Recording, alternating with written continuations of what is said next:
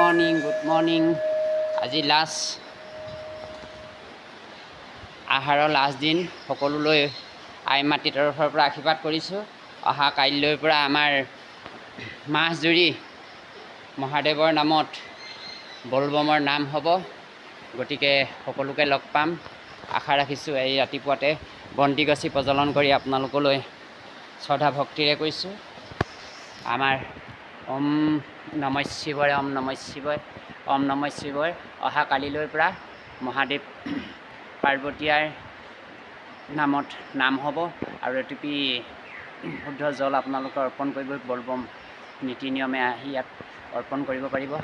ইয়াৰ আজি লাষ্ট আহাৰৰ দিনা সকলোলৈ আশীৰ্বাদ কৰিছোঁ। সকলোৱে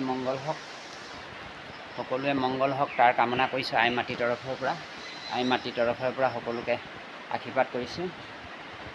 আজি লাষ্ট আহাৰৰ বন্দিগছি প্ৰজ্বলন কৰিয়ে আপোনালোকলৈ আশীৰ্বাদ কৰিছোঁ।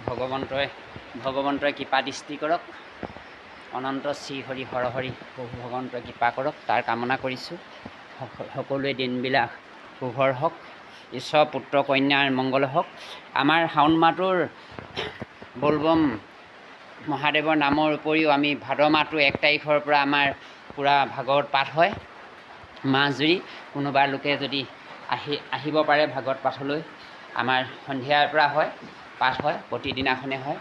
আমি আজি আহাৰৰ লাষ্ট বুলি সপ্তম বৈকুণ্ঠ সিংহাসনৰ পৰা আই মাতৃৰ তৰফৰ পৰা সকলোকে আশীৰ্বাদ কৰিছোঁ। বন্তি বিশ্ব ব্ৰহ্মাণ্ড ৰক্ষা হেতু বন্তি প্ৰজ্বলন কৰিছোঁ। সকলোৱে যাতে বিপদ বিঘিনি দূৰ হয়, অচিন ৰোগ জৰাজীৰ্ণ সকলো নিৰাপদ হয় তাৰ কামনা কৰিছোঁ।